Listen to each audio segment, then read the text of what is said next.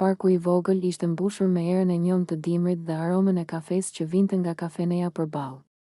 Ata u ulën në stol, ku dridhjet e trupit shpesh zëvendësonin fjalët. Leon shikonte fytyrën e Elirës, duke u përpjekur të lexonte çdo emocione që ajo përpiqej ta fshehte. E di, tha Leon, duke thënë fjalët që dukeshin të thjeshta, por rëndonin shumë. Ndonjëherë mendoj se çdo gjë që bëjmë është më e bukur kur je pranë. Elira buzëqeshi, por zemra I rrite fort.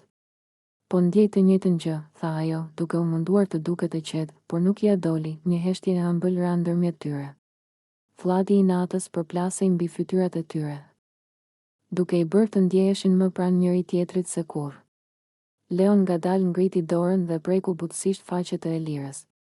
Ajo ju afrua natyrshëm, dhe për një moment të dy harruan kohën dhe vendin, duke qenë thjesht njëri pranë tjetrit. Më pas, ata filluan të ecin përsëri. Çdo hap që bënin së bashku dukej se I afronte më shumë. Leon I tregoi një rrugicë të fshehtë që pak njerëz e njihnin, një vend ku dritat e qytetit përhapen butësisht mbi parkun e vogël dhe tingujt e natës duket se bëhen më të qetë.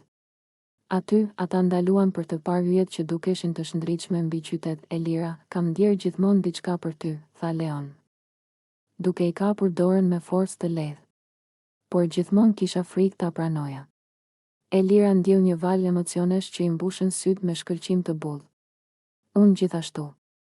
Gjithmonë e kam ndjerë këtë, përgjigjej ajo, duke mos larguar dorën nga e tij. Por ndonjëherë frika na mban larg asaj që duam më shumë. Leon buzëqeshi dhe afroi fytyrën e tij pranë asaj të saj. Nuk kishte nevojë për fjalë, shikimi I tyre foli më shumë se çdo deklaratë. Një ndjenjë e butë, e ngrohtë, filloi të përhapej ndërmjet tyre, duke e bërë natën më të gjallë se çdo diell I ditës. Ata u ulën përsëri në stol, duke folur për kujtime të vjetra dhe ëndra të reja. Dialogu I tyre ishte I qetë, por çdo fjalë dukej se sillte një magnetizëm të padukshëm, një afeksion që bëhej gjithnjë më I vështirë për t'u injoruar. Një fllad erë solli aromën e pemëve dhe drurve të parkut, duke I bërë të ndiheshin sikur ishin të vetëm në një botë tjetër, larg çdo shqetësimi. Leon e kapi dorën e saj përsëri dhe këtë herë e mbajti më fort. Elira ndjeu një dridhje të ëmbël që I përshkoi trupin. Ishte një ndjesi që nuk mund ta përshkruante vetëm me fjalë, një përzierje e afeksionit, dëshirës dhe diçkaje që thjesht duhej të ndodhte. Mëngjesi kishte ardhur pa zhurmë, siç vijnë vetëm ato mëngjese që nuk kanë nevojë të nxitojnë askënd. Drita e parë e diellit po hynte ngadalë nga dritarja, duke u shtrirë mbi muret e dhomës dhe duke lëvizur pothuajse pa u ndjerë. Ora nuk kishte rënë ende, por ajri e kishte atë ndjesinë e fillimit të një dite të re. Limi ishte zgjuar pak më herët. Nuk ishte zgjuar nga ndonjë alarm apo zhurmë, por thjesht nga ajo ndjesi e brendshme që ndonjëherë të hap syt pa arsye të dukshme. Qëndroi për disa çaste I shtrirë, duke dëgjuar heshtjen përreth, pastaj u kthye ngadalë nga ana e hygertës. Ajo ishte zgjuar gjithashtu, por nuk lëvizte. Syt I kishte hapur. Të qetë, sikur po mendonte për diçka që nuk kishte nevojë të ndahej me fjalë. Frymëmarrja e saj ishte e rregullt, e butë.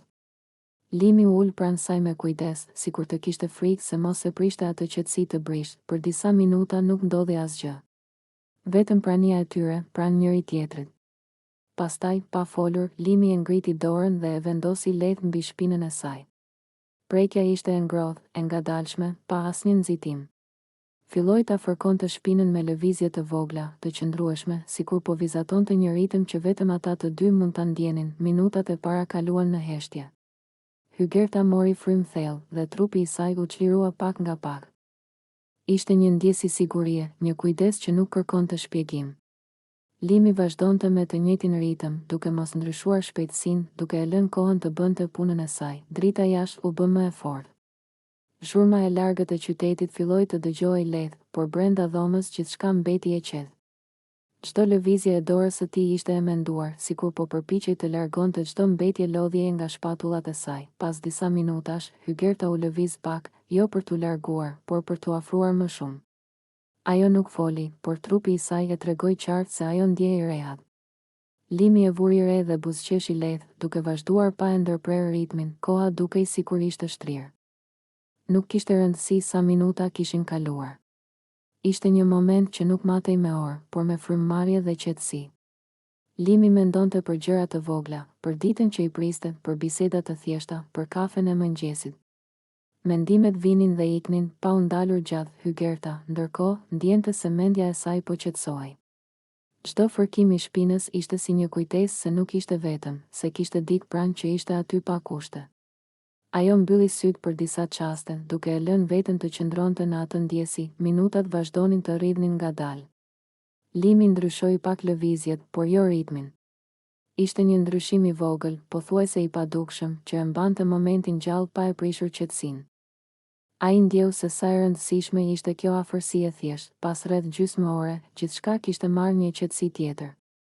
Jo atë qetësinë e fillimit, por një qetësi më të thellë, më të ngrohtë. Limi e uli dorën ngadalë, jo sepse donte të ndalonte, por sepse momenti kishte arritur natyrshëm fundin e vet. Hygerta u kthye pak nga ai dhe i hodhi një vështrim të butë. Nuk kishte nevojë për shumë fjalë. Një buzëqeshje e lehtë, një frymëmarrje e qetë ishin të mjaftueshme. Ata qëndruan edhe disa çaste pranë njëri tjetrit, duke e ditur se ajo gjysmë ore e qetë do t'i shoqëronte gjatë gjithë ditës. Mëngjesi kishte filluar vërtet, por ajo që kishte ndodhur në ato 30 minuta mbeti si një bazë e qetë mbi të cilën dita mund të ndërtohej. Një natë pa fjalë, Limi dhe Eliona, nata kishte rënë ngadalë, si një perde e trashë që mbulon gjithçka pa pyetur askënd. Dritat ishin zbehur, zhurmat ishin fashitur dhe shtëpia kishte hyrë në atë gjendje të çuditshme ku gjithçka duket më e vërtetë, më e zhveshur nga rolet e ditës. Ishte ajo orë kur njerëzit nuk shtiren më, sepse lodhja ua ka rrëzuar mburojat. Limi ishte shtrirë në shtrat. Pranë tij, Eliona. Nuk ishte një moment i zhurmshëm, as dramatik. Ishte një prani e qetë, pothuajse e papritur, por që kishte ardhur natyrshëm, pa u shtyrë nga askush, pa u imponuar nga rrethana. Dy njerëz, dy frymëmarrje, një natë dhe gjatë përpara, ata nuk folën shumë. Në fakt, pothuajse as pak. Dhe pikërisht kjo heshtje ishte ajo që e bënte momentin të rënë në kuptim. Sepse ndonjëherë, kur fjalët mungojnë, mendimet flasin më fort. Limi shikonte tavanin, ndërsa mendja e tij udhëtonte larg. Ditët e fundit kishin qenë të mbushura me tension, me përplasje, me keqkuptime, me njerëz që flisnin për të, për zgjedhjet e tij, për ndjenjat që supozohej të kishte. Ai ishte mësuar të mbante peshën e fjalëve të tjerëve, por nata kishte një mënyrë të veçantë për t'i nxjerrë gjërat në sipërfaqe. Eliona qëndronte pranë tij, e qetë. Frymëmarrja e saj ishte e rregullt, e ngadaltë. Nuk kërkonte asgjë, nuk impononte asnjë prani. Ishte thjesht aty. Dhe ndonjëherë, të jesh aty është më shumë se çdo deklaratë. Ata fjetën bashkë gjithë natën. Jo si një akt për t'u parë, për t'u komentuar, për t'u shpjeguar, por si një gjendje njerëzore, dy persona që ndajnë të njëjtin hapësirë, të njëjtin qetësim, të njëjtin errësirë. Trupat u përshtatën me praninë e njëri tjetrit, pa ngut, pa tension. Ishte një afërsi e heshtur, e matur. Limi ndjeu për herë të parë pas shumë kohësh një lloj pushimi të brendshëm. Jo sepse gjithçka ishte zgjidhur, por sepse për disa orë nuk kishte nevojë të shpjegonte asgjë. Nuk kishte pyetje. Nuk kishte akuza. Nuk kishte role për të luajtur. Ishte thjesht një njeri që lejonte veten të ishte i lodhur. Eliona, nga ana e saj, e ndjente këtë. Ajo nuk e shikonte Limin si dikë që duhej kapur apo bindur. Ajo e shikonte si dikë që kishte nevojë për qetësi. Dhe kjo e bënte praninë e saj të lehtë, pothuajse të padukshme, por thellësisht të ndjerë. Nata avancoi ngadalë. Ora kaloi mes frymëmarrjeve, lëvizjeve të vogla, ëndrave të copëzuara. Jashtë, gjithçka ishte e qetë. Brenda, mendimet vinin e shkonin, por pa zhurmë. Ishte një natë që nuk kërkonte kuptim të menjëhershëm, sepse jo çdo natë ka nevojë për një përkufizim. Limi u zgjua disa herë. Jo nga ankthi, por nga ajo ndjesje e çuditshme kur trupi kupton se nuk është vetëm. Ai ndjente praninë e Elionës dhe kjo prani nuk e shqetësonte. Përkundrazi, e qetësonte. Ishte një kontrast i fortë me ditët e mbushura me zëra, me përplasje, me interpretime. Në atë shtrat nuk kishte publik. Nuk kishte histori për t'u treguar. Nuk kishte asnjë detyrim për të qenë dikush tjetër përveç vetes. Eliona flinte. Ose ndoshta bënte sikur flinte. Në çdo rast, ajo nuk kërkonte vëmendje. Dhe kjo, për Limin, ishte diçka e rrallë. Të mos kërkohesh. Të mos të kërkohet të jesh përgjigje për pyetje që nuk i ke bërë vetë. Kur nata filloi të thyej dhe drita e mëngjesit u fut ngadalë në dhomë, gjithçka dukej ndryshe. Jo më e qartë, por më e qetë. Ata kishin kaluar gjithë natën bashkë dhe megjithatë, asgjë nuk ishte detyruar të ndryshonte menjëherë, nuk kishte premtime. Nuk kishte deklarata. Nuk kishte nevojë për etiketa, ishte thjesht një natë e ndarë dhe ndonjëherë, pikërisht këto netë janë më domethënëset. Jo sepse tregojnë një histori të madhe dashurie, por sepse tregojnë një ndalesë, një moment ku njeriu ndalon së luftuari dhe lejon veten të pushojë pranë dikujt tjetër. Limi e dinte që dita do të sillte sërish pyetje, sërish zëra, sërish përplasje. Por për atë natë, gjithçka kishte qenë e thjeshtë. Dhe thjeshtësia në jetën e tij të komplikuar ishte bërë luks. Eliona u zgjua pak më vonë. Një shikim i shkurtër, pa fjalë. Asnjë nevojë për shpjegim.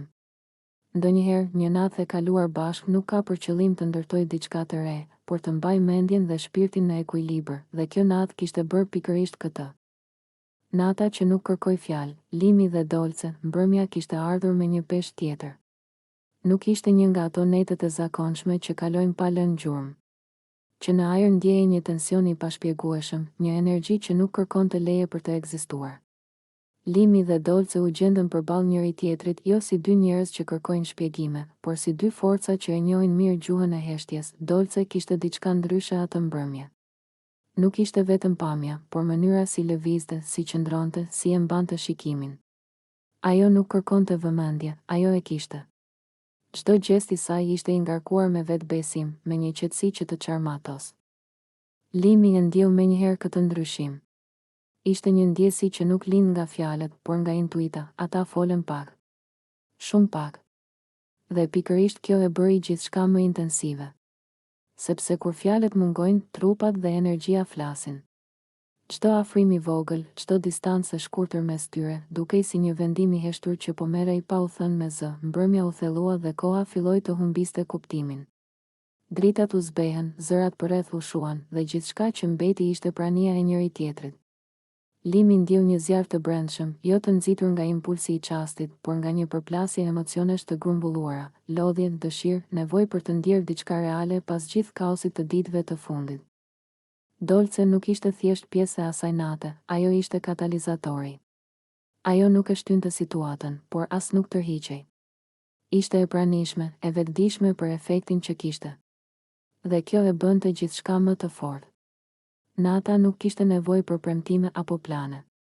Ishte një natë që ekzistonte vetëm për veten e saj, kur u gjendën më në fund në intimitetin e tyre, nuk kishte ngudh. Ishte një afërsi e ngadaltë, e ndjerë, ku çdo moment ndërtohej mbi tjetrin. Një natë e zjarrt jo sepse ndodhi diçka që duhej treguar, por sepse ndodhi diçka që u ndje thellë. Limi e kuptoi se kjo natë ishte ndryshe nga të tjerat. Jo sepse ishte perfekte, por sepse ishte e sinqertë në intensitetin e saj.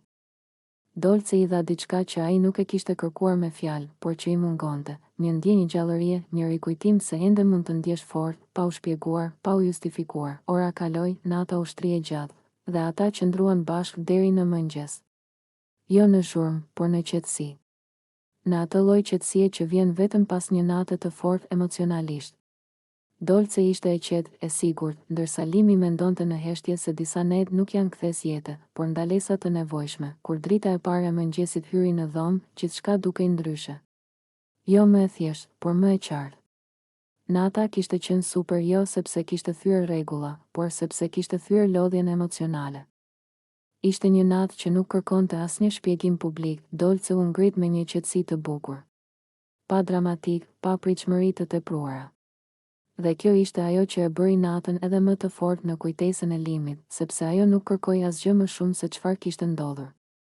Dhe ndonjëherë, kjo është forma më e pastër e afërsisë. Nata e tyre mbeti aty, e mbyllur në heshtje, si një zjarr që digjet brenda, por nuk ka nevojë të shihet nga të gjithë. Një natë zgjuar, një puthje që ndryshoi ritmin, nata nuk kishte ndërmend të mbyllej. Ishte nga ato netë që nuk u bindet orëve, që refuzon të flejë, që i mban sytë hapur edhe kur trupi kërkon pushim. Limi dhe Dolce e ndjen këtë që në minutat e para, diçka nuk do të ishte si zakonisht. Ajri kishte një tension të ëmbël, një ngarkesë të padukshme që lëvizte mes tyre sa herë që shikimet kryqëzoheshin, ata ishin zgjuar. Jo thjesht pa gjumë, por zgjuar nga brenda. Mendjet e tyre nuk kërkonin qetësi, kërkonin prani. Çdo bisedë, edhe më e vogla, zgjatej më shumë se ç'duhej. Çdo pauzë bëhej më e rëndë. Heshtja mes tyre nuk ishte bosh, ishte e mbushur. Dolce qeshte lehtë, me atë qeshin që nuk kërkon vëmendje, por e merr pa u munduar. Limi e vëzhgonte pa e kuptuar plotësisht pse. Nuk ishte vetëm pamja, ishte mënyra si ajo ishte e pranishme, si nuk e shtynte asgjë, si e linte gjithçka të ndodhte vetë. Ajo nuk kërkonte të impresiononte. Dhe pikërisht kjo e bënte të parezistueshme, ora kalonte. Fjalët bëheshin më personale, më të buta. Nuk flitej për plane, as për premtime. Flitej për gjëra të vogla, për ndjenja që zakonisht fshihen, për lodhje që nuk thuhet me zë, për atë boshllëk të çuditshëm që ndonjëherë ndjen edhe kur je i rrethuar nga njerëz. Limi foli më shumë se ç'e kishte zakon. Dolce dëgjoi pa e ndërprerë. Dëgjoi me sy, me trup, me frymëmarrje, ishte një natë e çmendur jo nga zhurma, por nga intensiteti. Një çmenduri e qetë që rritej ngadalë. Ata lëviznin afër njëri tjetrit pa e planifikuar. Distanca u zvogëlua natyrshëm. Një prekje e lehtë e rastësishme zgjati pak më shumë se ç'duhej. Askush nuk u tërhoq, Limi ndjeu diçka që nuk e kishte ndjer prej kohësh, një përzierje ankthi dhe dëshire, një rrahje zemre që nuk vinte nga frika, por nga pritja. Dolce e ndjeu po ashtu. Ajo e kuptoi që ky moment nuk ishte i zakonshëm. Nuk ishte lojë. Nuk ishte as rastësi. Ishte një afrim që po kërkonte guxim, ata heshtën. Dhe kjo heshtje ishte pika e kthesës. Syt u takuan, këtë herë më gjallë. Nuk kishte më nevojë për fjalë. Çdo mendim ishte shkruar tashmë në ajër. Limi u afrua pak. Dolce nuk u tërhoq. Frymëmarrjet u ndjen. Koha u ngadalsua deri në pikën ku çdo sekond dukej si një vendim, puthja e parë nuk erdhi me ngull. Erdhi si një pranueshmëri. Si një po i heshtur nga të dy. Ishte e butë, e pasigurt në fillim, por e vërtetë. Një puthje që nuk kërkonte të tregonte asgjë, por të ndjente gjithçka. Një puthje që mbante brenda gjithë natën e kaluar zgjuar, në atë çast gjithçka ndryshoi ritëm. Jo sepse diçka shpërtheu, por sepse diçka u vendos. Një afërsi e re lindi, e ndërtuar mbi durim. Mbi vëzhgim, mbi atë zjarr të qetë që digjet më fort se çdo shpërthim i shpejt, ata qëndruan afër edhe pas puthjes. Nuk u larguan. Nuk u ngutën. Nata vazhdoi të rrite, po aq e zgjuar, po aq e çmendur, por tani me një kuptim tjetër. Një kuptim që nuk kishte nevojë për emër. Kur drita e parë e mëngjesit filloi të thyente errësirën, Limi dhe Dolce e dinin se kjo nuk kishte qenë thjesht një natë pa gjumë. Kishte qenë një natë që kishte hapur diçka. Një derë. Një ndjenjë. Një fillim i heshtur, dhe puthja e parë mbeti aty, jo si fund, por si premtim i padeklaruar, si një kujtim që do të ndizte çdo natë tjetër që do të vinte pas.